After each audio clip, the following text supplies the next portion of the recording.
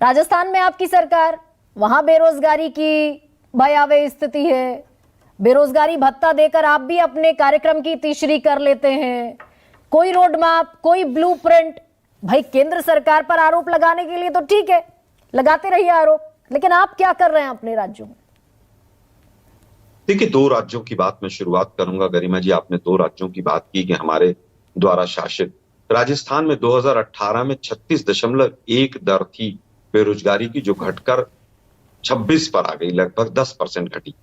छत्तीसगढ़ में 17.6 थी, जो अभी घटकर 0.4% आ गई, और बेरोजगारी दर में आधे % से कम, और टॉप में जो कम बेरोजगार दर हैं वो छत्तीसगढ़ है। तो हमारे फार्मूले ने दोनों राज्यों में काम किया है।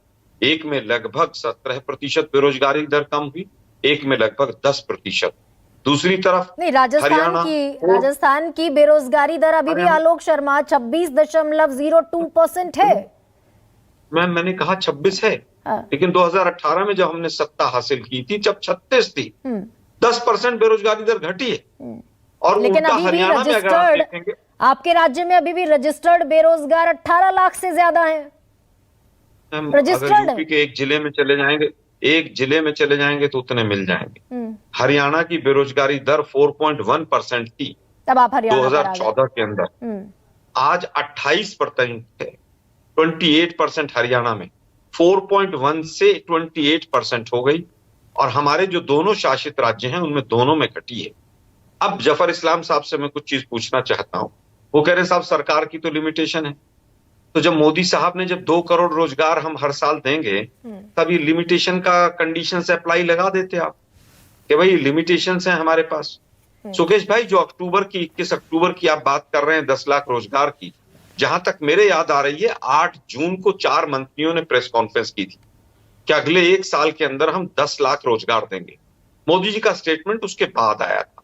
आज लगभग 1.5 साल के बाद 10 लाख की जगह भी 6.5 लाख पर हम अटके हुए हैं।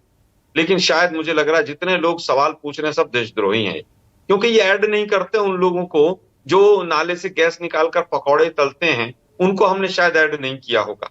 आप देखिए कि किस तरह से आज हालत यह है। मैं मध्य प्रदेश में बैठा हूं।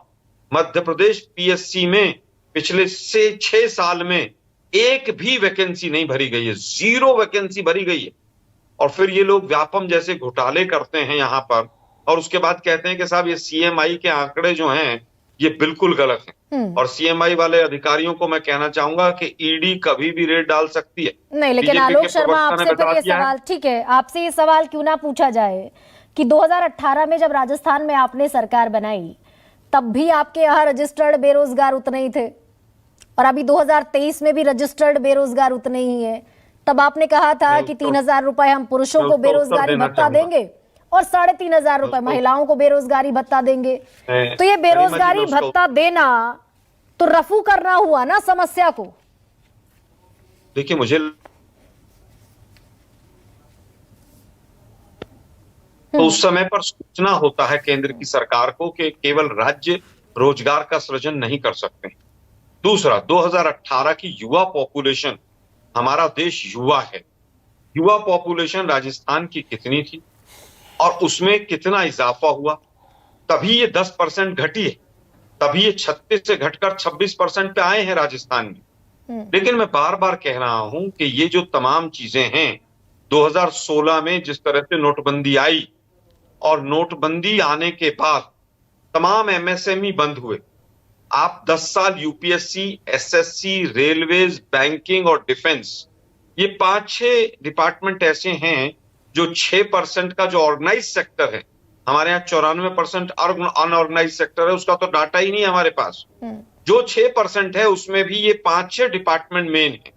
आप कंपेयर कर लीजिए 2004 से 14, एसएससी में लगभग 80,000 वैकेंसी हर साल भरी जाती थी, और यूपीए के बाद आप एनडीए के 9 साल कंपेयर कर लीजिए, लगभग 40,000 वैकेंसी हर साल भरी जा रही।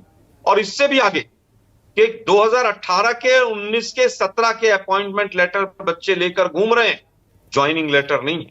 अपॉइंटमेंट लेटर हाथ में है रेलवे के, ज्वाइनिंग नहीं है। 2016 के बाद डिफेंस में नर्सिस की वैकेंसीज कितनी निकली हैं, अगर ये डाटा आप सुनेंगे 0 वैकेंसी निकली। लेकिन बैंकिंग में आलोक शर्मा, बड़ा आसान है दूसरे के घर में पत्थर फेंकना। राजस्थान में 56% ग्रेजुएट बेरोजगार हैं, ये भी एक आंकड़ा है और ये भी सच्चाई है। अब आप भी खारिज कर दीजिए, जैसे जफर इस्लाम खारिज करते हैं कि देश का 80% युवा बेरोजगार है। लेकिन मैं आपके पास दोबारा लौटूंगी। मनोज सिंह काका, मुस्कुरा रहे हैं आप,